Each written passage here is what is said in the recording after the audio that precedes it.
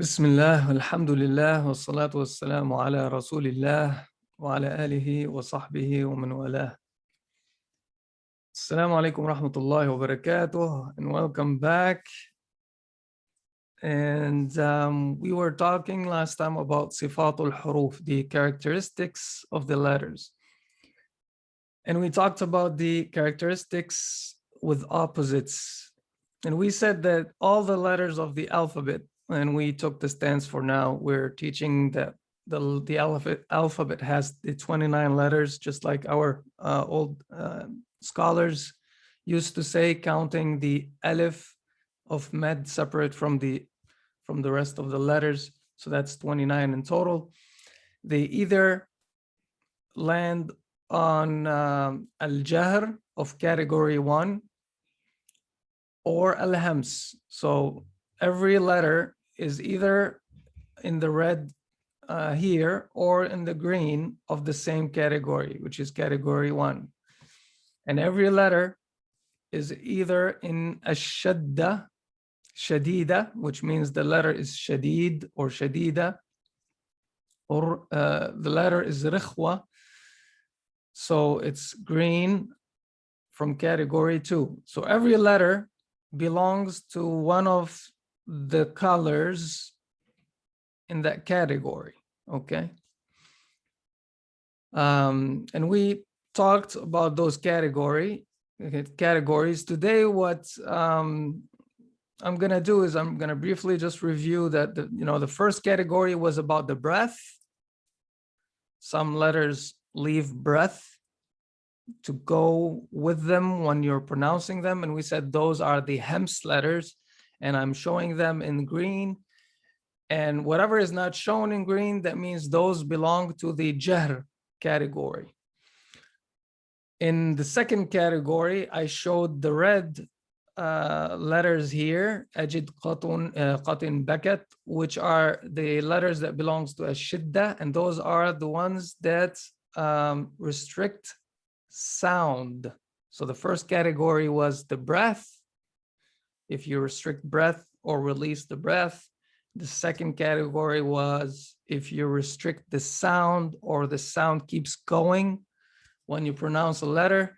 So the red letters are the ones that the sound is restricted, doesn't keep going. And we said there's 5 letters that are in between, and those letters are lin, omar, lin, lam, noon, omar, ayn, mim, ra. Lam, noon, ayn, mim, ra. Those 5 letters are between shidda and rakhawa. So they are not totally restrictive of the sound, but they don't let the sound flow completely. They're not like the hamza.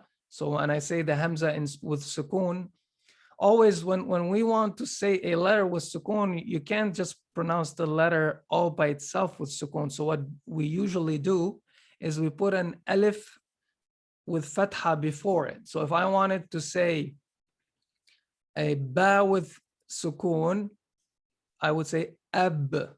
I put the a and then say ab, so that the ba with sukoon is clearly pronounced and you can listen to it. Same thing now, if I'm gonna pronounce the hamza with sukoon, I will put a in front of it. So now I would say a. And the hamza is one of the letters that is shadida. The sound does not keep going, right? On the opposite, one of the letters of rakhawa is sheen, ash. The sound keeps going for a long time. In between is, for example, the noon, an. It's not like a, nor like ash. It's an. It's between. The third one was itbaq, how only those 4 letters covered our ceiling in the mouth. And the fourth was ista'la, how these letters that are red are the ones that have the tongue lift or rise up from the back. From the back, it rise up. And we're going to talk today more about this, because this characteristic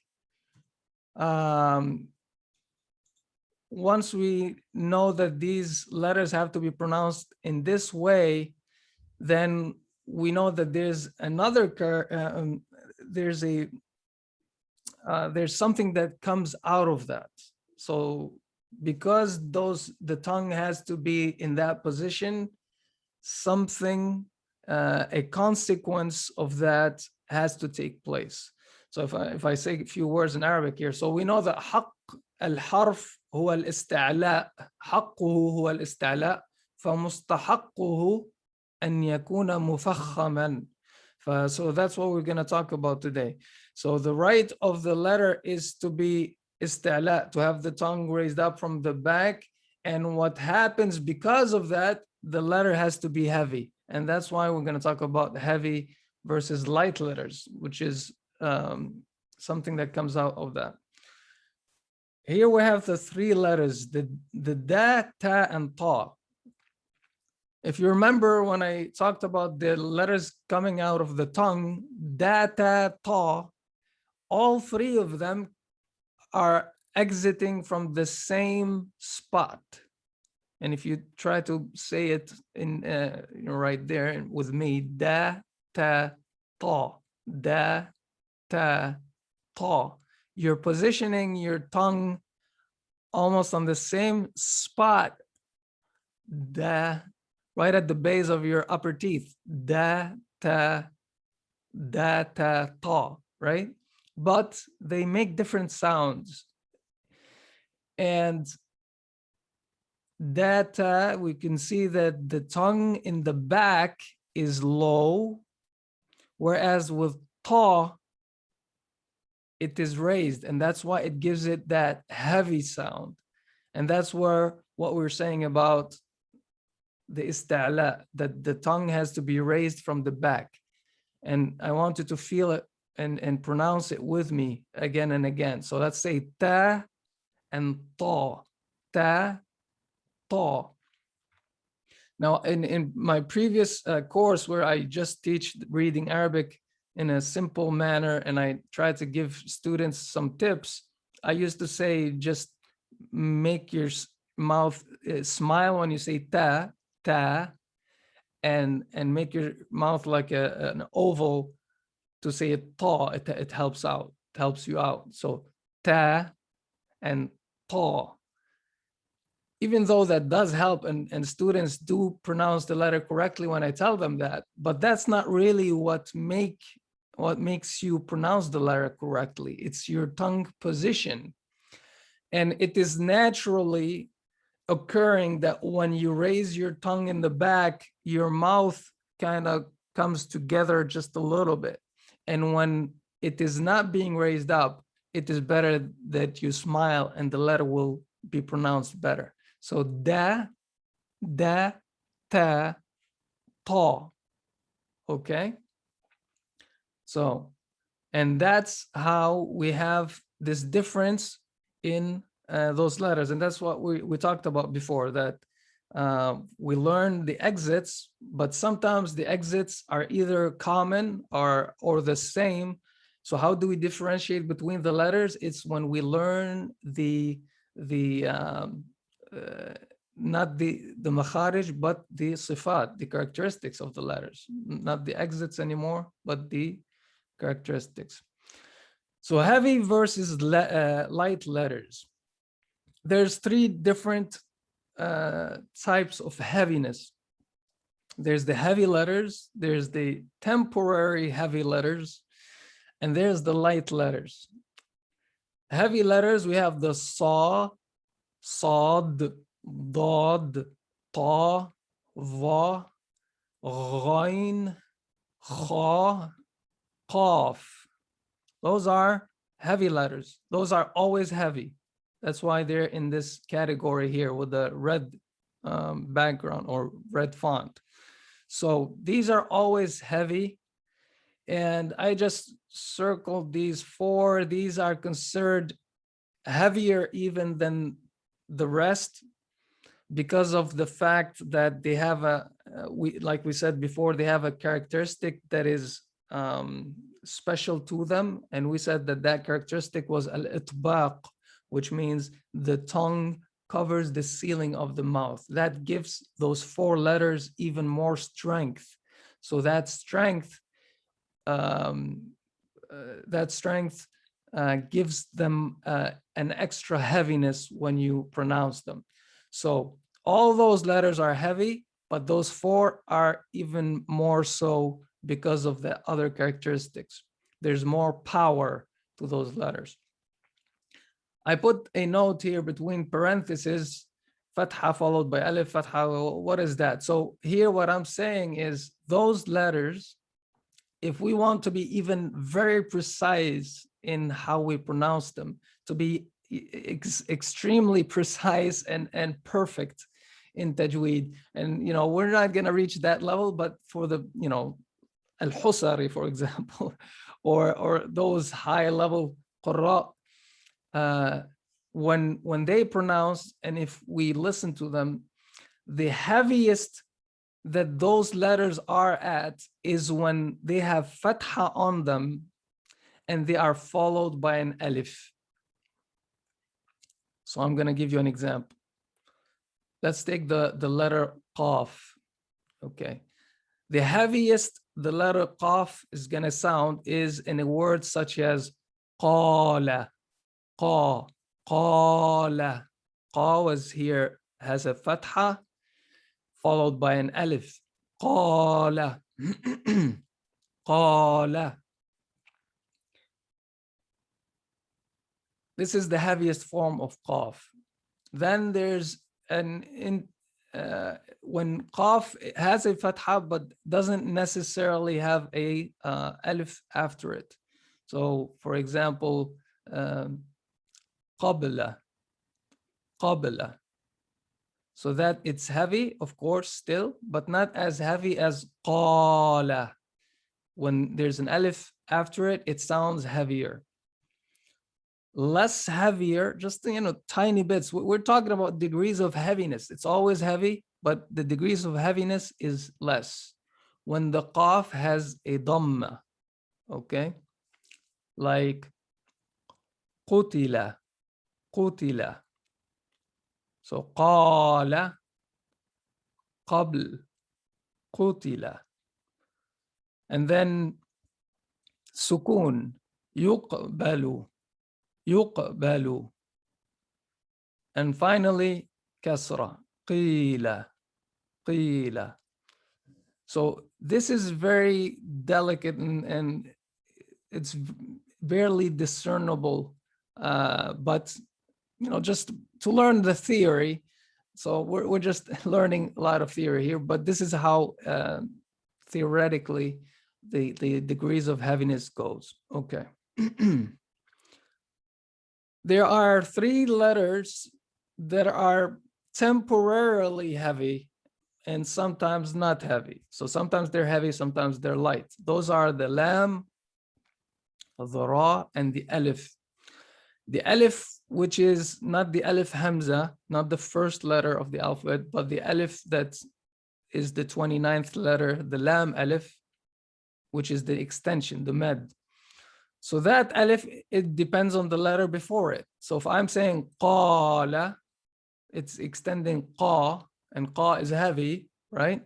So since I'm extending qa and qa is heavy, the alif will sound heavy with it because it's an extension of qa. If I said mala, ma is light, and the extension of ma has to be light. So the alif here is gonna be light. So it depends on the letter before it.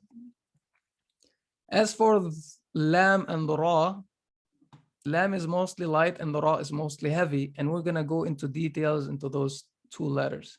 Everything else other than those letters, so we have 1, 2, 3, 4, 5, 6, 7, 8, 9, 10. 10 are in those 2 categories. So we have 19 left in the light letters. Those are always light no matter what. Okay. Thumbs up to tell me that everything is okay for now. Everybody's paying attention. Yes. Okay, good. So the lam, what are we gonna say about the lamb? So the lamb is always light except, so the lamb is always light. That's the default. That's what is should be in general. The lamb is always light except when it is in the name of Allah, and at the same time the name of Allah is not preceded by a kasra. Okay, so the lamb is always light except when it is in the name of Allah and the name of Allah is not preceded by kasra. So we're gonna give some examples here. Here we say Bismillahir Rahmanir Rahim. Bismillah. La. You don't say Bismillah. You say Bismillah, right? Bismillah. So what happens? It's in the name of Allah that we're pronouncing the lam, but before it there is a kasra. Whenever there's a kasra, the name of Allah is light. The lam in the name of Allah is pronounced lightly. So you would say Bismillahir Rahmanir Rahim. Here we say Alhamdulillah. So here the name of Allah is actually represented by the lam with shadda, lahi, lahi. So before the lahi, there's also a letter, another lam with a kasra. So lillahi, lillahi. That's why we say alhamdulillahi. We don't say alhamdulillahi. It's very difficult to say it that way, right? And it doesn't sound nice. So you don't say alhamdulillahi. You say alhamdulillahi. Li means to, alhamdu praise, to, lahi is Allah. And here is in the name of Allah. On the other hand, if we say Qul huwa, the last accent before the name of Allah is a fatha. So now the lam is heavy. Qul huwa Allahu ahad. Qul huwa Allahu ahad. So in this case, the lam is heavy. And what do we mean by heavy? The tongue from the back has to be raised up. And like we said, it has to be raised up and you have to make sure that it sounds heavy. So if you think your tongue is being raised up in the back, but still you can't hear that it's being pronounced in a heavy manner, that means you're doing something wrong. So it has to be both. Your tongue has to feel that it's being raised up in the back and the sound has to come out heavy. It has to be sounding as if it's going through the ceiling of your of your mouth and echoing out.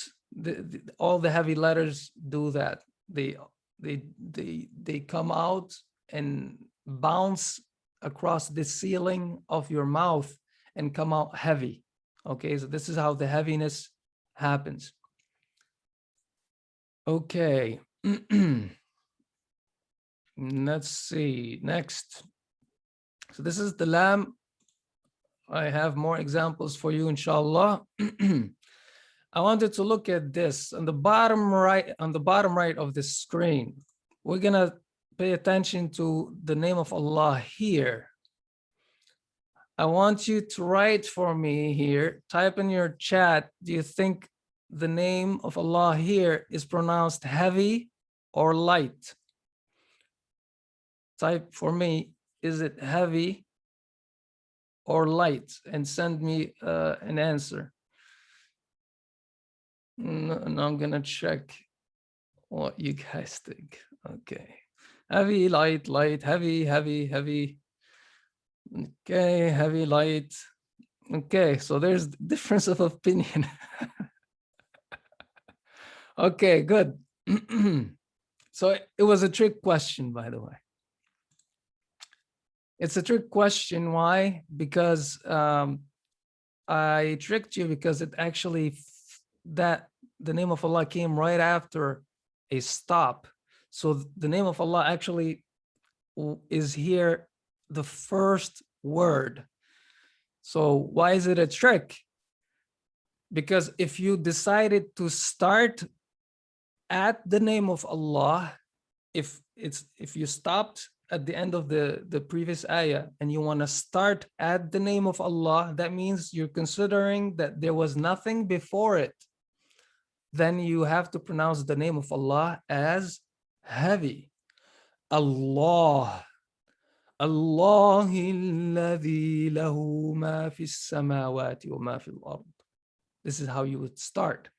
But if you were reading, continuing from the previous ayah, so if I say Al-Aziz Al-Hamid, Al-Aziz Al-Hamid Illahi Alladhi, Al-Aziz Al-Hamid Illahi Alladhi. Okay? Because there's a kasrah at the end of the last word before the name of Allah. Then the name of Allah becomes light again. The lam in the name of Allah becomes light again. So I'm going to say it again. If we're starting with Allah, you would say Allah, Allahi alladhi lahu ma fis samawat. But if you're starting or you're reciting and you keep going from the previous ayah, then you say Al-Aziz Al-Hamid Illahi Alladhi. Okay? So yes, you all win. It's true. Okay, as long as you understand why you pronounced it, then you actually win. If you were guessing and you didn't really know why you guessed it that way, then you didn't win. I have a couple more examples. So the name of Allah is also included in this format, right? This word has also the name of Allah in it. Allahumma. Allahumma is a word that has the name of Allah in it, and there's a meme included at the end of it. Allahumma means Ya Allah, which means Oh Allah. When you call upon Allah, you say Allahumma, Oh Allah. That's the translation. Or in Arabic, you can say Ya Allah. It's Allahumma. So the same rule applies to that. So in the first ayah from Surah Al-Imran, ayah number 26, we would say about A'udhu billahi minash shaitanir rajim. Qul Allahumma. Quli, there's a kasra, right? So then the name of Allah will be light. قل اللهم مالك الملك تؤتي الملك من تشاء. قل اللهم. The other ayah, how do we read it? وَإِذْ قَالُوا اللَّهُمَّ. Because before the name of Allah, there's a extension of a dhamma, oo sound. There's no kasra. وَإِذْ قَالُوا اللَّهُمَّ إِن كَانَ هَذَا هُوَ الْحَقَّ. So the first example, it was light. That's why it's in a green color. And in the second example, it was red, and that's why it's heavy. It's in a red color. Ra. The Ra, Ra is a little mess, but I tried to simplify it here in this diagram. It is a little more complicated than what I'm showing, but I think for our level, this is actually even really good enough for us. So Ra is a little complicated. I'm gonna go by it step by step, but inshallah, if you pay attention, this diagram, I believe, will make it easy. We'll start with the letter Ra here. If it has fatha or dhamma on it, it has the color. I'm making heavy letters in English now. Color red. Okay. So when you see this color red, that means it's heavy. When you see the color green, that means it's light. And when it's yellow, that means we're still deciding. We don't know. We have to think about it. So when the ra has a fatha on top of it or a dhamma, it's always heavy. Okay? So that's straightforward.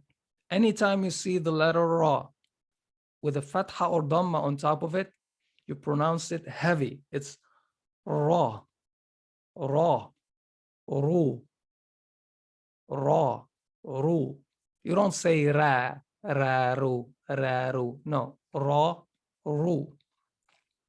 If it has a kasra right here, it's always light. It's ri, ri. So you smile, ri. It's easy. You don't say ri, ri. You don't try hard to make it ri, you know, like the other letters, for example, qa, for example. Qa is heavy with fatha, and qi also with kasra, you say it heavy. Qi, qi. Because if you make it light, qi, if you make it light, it becomes ki. Ki is another letter, right? There's a kaf.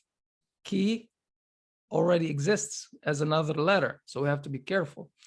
But in the ra case, if there's a kasra under it, it becomes light. It's ri, ri. So those cases are easy. It becomes problematic when it has a sukoon. Okay, so in the sukoon, when it has sukoon, then we have to do some more studying to figure out whether it should be pronounced as a ra with sukoon that is heavy or a ra with sukoon that is light. What do we do? When we get to a ra with sukoon, we check the previous letter. So anytime we're reading the Quran, this is the idea, is you're reading the Quran and you come across the letter ra. You check for its accent. If it's ra-ru, it's heavy. If it's ri, it's light. If it's sukoon, you check the letter before it. If the letter before it has fatha or dhamma, which are the same things that makes it heavy, it becomes red. That means it becomes heavy. Or if the letter before it is that the bridge alif, which is the alif wasl, also it becomes heavy. So all these three makes the ra heavy. If the letter before it has kasra, also what happens is the ra becomes light. Up until now, is it good? Give me a thumbs up or raise your hands. Hopefully it's not too complicated until now. Everybody's is good until now? Okay. Okay. So up to now, really, you would probably cover 95% of all cases of ra in the Quran, if not more than 95%. But there's some cases where the ra has sukoon, right? And then you look at the letter before it, and the letter before it also has sukoon. So now it's like, oh man, you have to like go and dig deeper into this.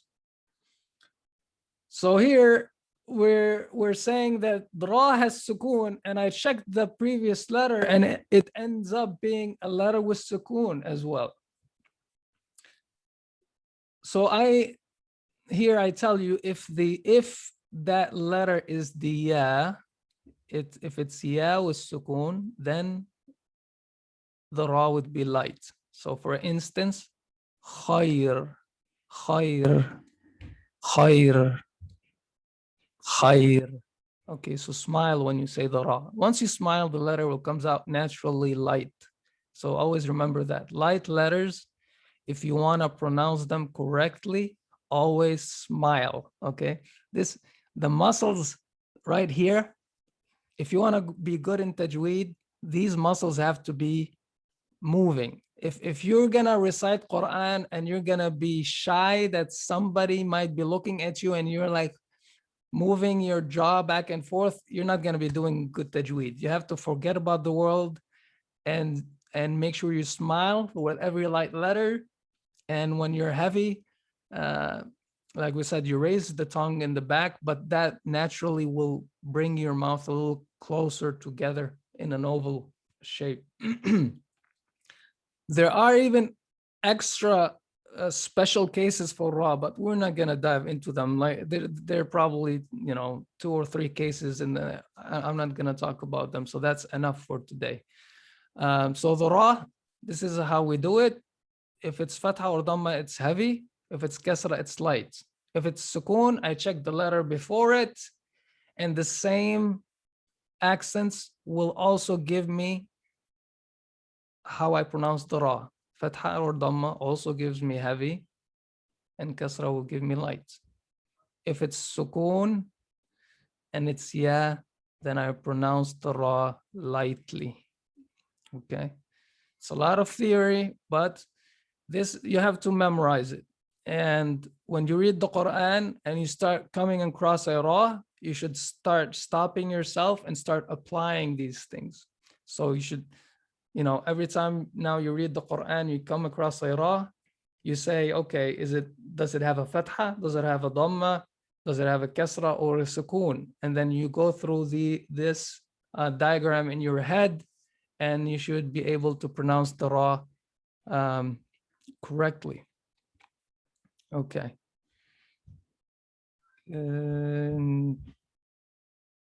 Give us some. Yeah. We'll try to. Maybe we'll try to read some together. Let's see if I have some time here. But let me go through what I have here. Okay, so Sifaatul Huroof. Let's go back quickly to this here. Last time we said that there are also characteristics of letters that do not have opposites. Let me give me a second here. Alhamdulillah. Apologize for that stop. I have 2 little boys. I want to make sure they didn't hurt each other. Okay. Okay, I'll take the questions afterwards, inshallah. So let's talk about the characteristics of without opposites, because I would really like to finish those and move on to a next topic. So we talked about characteristics with opposites. Now we're going to talk about some Sifaatul Huroof that are unique to some letters. These are the following. One is as-safir. As-safir, which means in English, if I want to give a bad translation, is whistling. Okay, if you whistling. Those are the Sad and the Sin and the Zain, or Zay, sorry, Zay. So you say else, as, as. Those 3 letters have that characteristic and that's actually a characteristic that gives power to the letter. Else, as, as. And we talked about how for these letters, our tongue is actually in line with our lower teeth, and then the air comes from the back, hits the top of our ceiling, the front and the front teeth, and comes out with power to give that sound. Else, right? It goes through the teeth and through our lips. Else, as. That's only for these 3 letters. We have the second characteristic which is called Atafeshi. Atafeshi, which means spreading out inside. It literally means spreading out, but here it's used for only 1 letter, which is Sheen, and that's the only letter when you pronounce it in Sukoon, mainly in the silent mode. It spreads out in your entire mouth, and then the sound comes out because of it. So you say ash, Ash. That is coming out after it spreads out in your mouth, and it comes out as that sound. Ash. There's a lean. The ya and the wow are very easy when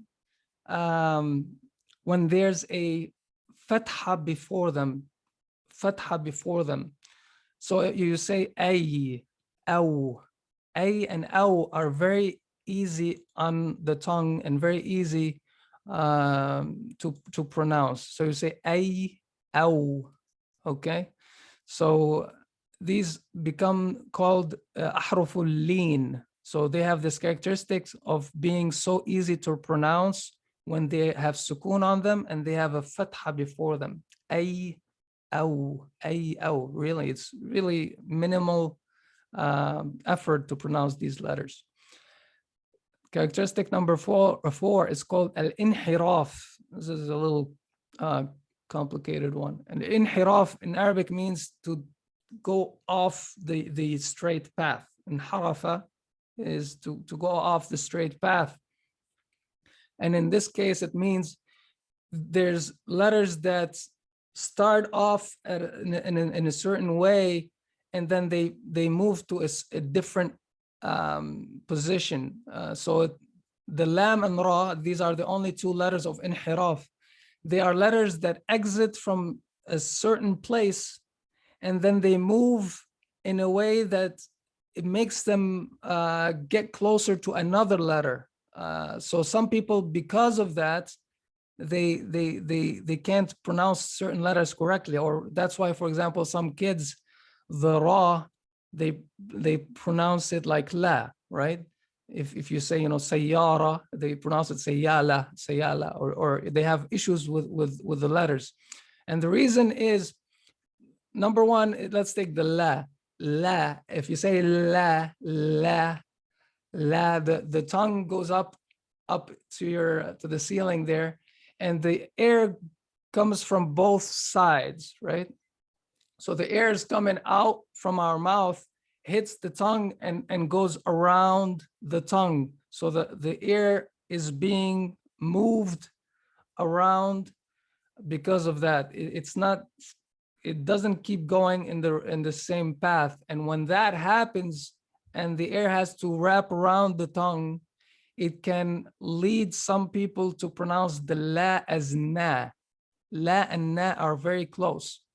So that's why the scholars teach that, so that they make sure whoever is learning that letter, they don't end up pronouncing it as a noon, as na, al-an. And the ra, when we pronounce the ra, by the way, I don't know if I talked a little in details about the ra, but the ra, the way it's pronounced is, if this is the tongue, this side and this side of the tongue touch the ceiling inside our mouth. This side, okay, and this side. But right in the middle, there should be a slight space where the actual sound of the ra comes out. So what you have is, our tongue is slightly bent like this, where this side and this side are touching the ceiling of the mouth, and the air is flowing right from that small hole in the tip of the tongue. So the air is coming on like 5 lanes on the highway, right? And then it starts moving closer into traffic, and it's being squeezed into 1 lane, right? So it's moving throughout until it goes out into that 1 lane.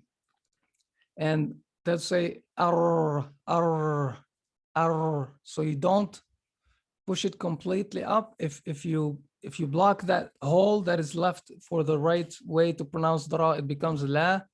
And so that's the reason why it's called one of the letters of inhiraf. Category number 5 is at-takrir. Takrir is a characteristic. That's the only one that is mentioned not to give to a letter. It's a characteristic that we should be avoided for a letter. So we said that ra is pronounced as such. It cannot be said ra. It shouldn't bounce back and forth many times. That's something wrong. That's what takrir is. Takrir means repetition, repeating something. So this characteristic is pointed out to be avoided and not a characteristic that is pointed out to be followed. Okay.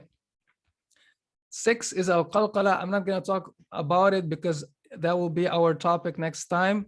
And 7 is al-istitala, which is the letter da, which we talked about how the letter da, you start with it and the tongue moves with it, and it gives it a long time when you pronounce it. So you say